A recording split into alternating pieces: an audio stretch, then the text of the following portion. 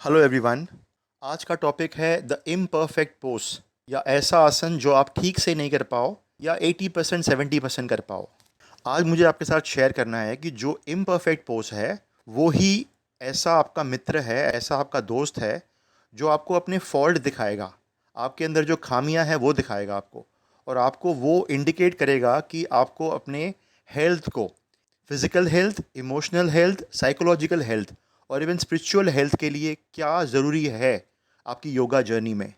हम सबकी life journey में हम डिफरेंट डिफरेंट फेज से गुजरते हैं। कोई फेज ऐसा होता है जो हमारे बिल्कुल फेवरेबल होता है, कोई फेज ऐसा होता है जो हमारे बिल्कुल फेवरेबल नहीं होता है, हमें बिल्कुल वो याद भी करना अच्छा लगता नहीं है।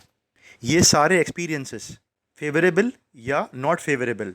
ये सारे लाइफ के एक्सपीरियंसेस जो हम फील करते हैं, बहुत स्ट्रांगली फील करते हैं, वो सारे एक्सपीरियंसेस फीलिंग फॉर्म में आपके अंदर एक एनर्जी क्रिएट करते हैं। और वो एनर्जी आपके फिजिकल बॉडी में, आपके प्राणिक बॉडी में यानी प्राणिक शरीर में कहाँ न कहाँ, कोई ना कोई ऑर्गन में, कोई ना कोई चक्र में, कोई ना कोई एनर्जी सेंटर में या बढ़ जाती है या घट जाती है। योगा सेशन में जब भी आप प्रैक्टिस करते हो, उस वक्त मूवमेंट करने के वक्त एक अच्छे टीचर को मालूम पड़ेगा कि कौन सा मूवमेंट ठीक से हो रहा है, कौन से मूवमेंट में रेस्ट्रिक्शन आ रहा है, कौन से मूवमेंट में रेंज ऑफ मोशन कम हो गया है, कौन से मूवमेंट में एनर्जी नहीं है। ये पूरा मालूम पड़ेगा, दिख जाएगा, और वही इंडिकेशन है कि this is the posture you need to work upon. Imperfect posture ये इंडिकेट करता है कि कौन से ऑर्गन में कुछ डैमेज हो सकता है आगे जाके, या कहाँ पे एनर्जी बहुत ज़्यादा बढ़ गई है ज़रूरत से ज़्यादा, या फिर कहाँ कम हो गई है। जो ऑर्गन में एनर्जी बहुत कम हो गई है वहाँ सेल डीजनरेशन हो सकता है बहुत ज़्यादा। जो ऑर्गन में ब्लड सर्कुलेशन बढ़ गया है वो ओवर एक्टिव बन सकता है।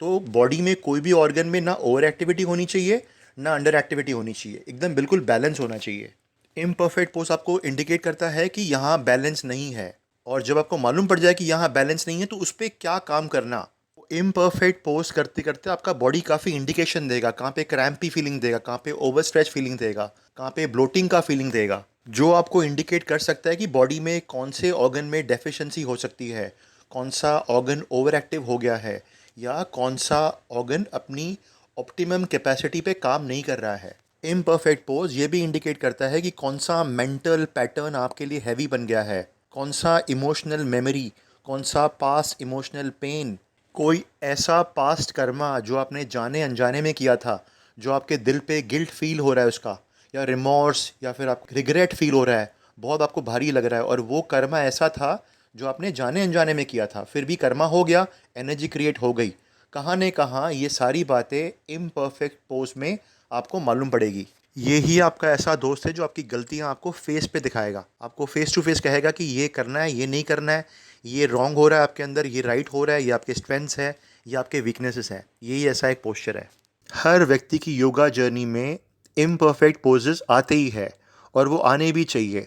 इम्परफेक्शन जब आसन में होता है तभी हमें मालूम पड़ता है हमारे बॉडी में कहाँ सर्कुलेशन ज़्यादा बढ़ गया है या कहाँ नहीं पहुँच रहा है बिल्कुल। दूसरी बात, हमें मालूम पड़ता है कि एनर्जी लेवल कहाँ बढ़ गया है, कौन से चक्रा में, कौन से ऑर्गन में एनर्जी बढ़ गई है। ज़्यादा एनर्जी या कम एनर्जी किसी भी ऑर्गन में नहीं होनी चाहिए, हर एक ऑर्गन में इक्वली बैलेंस होना चाहिए उसका। सो इम्परफेक्शन पोज जब मालूम पड़ जाए आपको, और वो कौन से एंगल पे आपको ऑब्स्ट्रक्शन दे रहा है या आपका कंप्लीट आसन कंप्लीट नहीं हो रहा है, वो एंगल के बाद आपको डिसाइड करना है कि या ये आसन को अच्छा करने के लिए अश्विनी मुद्रा ज़रूरी है, या कपालभाति ज़रूरी है, या फिर आपको बेली ब्रीदिंग ज़रूरी है, या अनुलोम विलोम ज़रूरी है। जो बॉडी के लेवल पे ये इम्परफेक्शन दिखे आपको, ये रेस्ट्रिक्शन ऑफ मोशन दिखे आपको, उस लेवल से आपको प्राणायाम, ब्रीदिंग, क्रिया, या फिर आपको कोई भी तरह का सूक्ष्म व्यायाम करना पड़ेगा। कुछ ही दिनों में आप ये महसूस करोगे कि आपका आसन अच्छा हो रहा है, आपकी बॉडी फ्री हो रही है,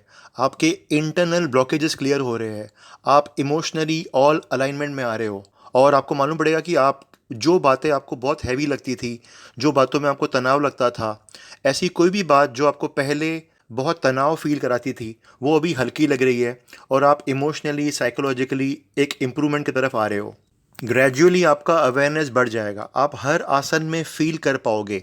अपने शरीर को, अलाइनमेंट को, एनर्जी को। आप हर तरफ से अपनी एनर्जी को फील कर पाओगे, और ये अलाइनमेंट आपको महसूस कराएगा दूसरे आसन में, दूसरे दिन, तीसरे दिन, कि आज आप कहाँ डिस्टर्ब्ड हो और आज आपके आसन में मैक्सिमम इम्प्रूवमेंट लाने के लिए आपको क्या करना पड़ेगा। जब आपके अंदर ये अवेयरनेस बढ़ जाए और जब आप रेगुलरली अपने आप को इसी अवेयरनेस में मेंटेन कर सको, तो रोज़ आप अपने आप को अलाइनमेंट में ला पाओगे और उस वक्त आपकी योगा जर्नी शुरू हो जाएगी। हर महीने हम लोग क्लास लेते हैं, ऑफलाइन भी लेते हैं, ऑनलाइन भी लेते हैं, जहां हम यही समझाते हैं कि आपको अपनी हर एक आसन में एनर्जी कैसे फील करनी है और हर आसन के बाद आपको अलाइनमेंट कैसे लाना है, हर आसन के बाद रिलैक्सेशन कैसे करना है, आपको टाइम गैप कितना देना है बीच में, जहाँ पे आप अपने आप को अवेयर कर सको और अपने आप अंदर खुद को महसूस कर सको। और जब ये आप प्रैक्टिस आपका रेगुलर बन जाएगा, तो आप हर रोज़ अपने आप को एनर्जी अलाइनमेंट में ला पाओगे।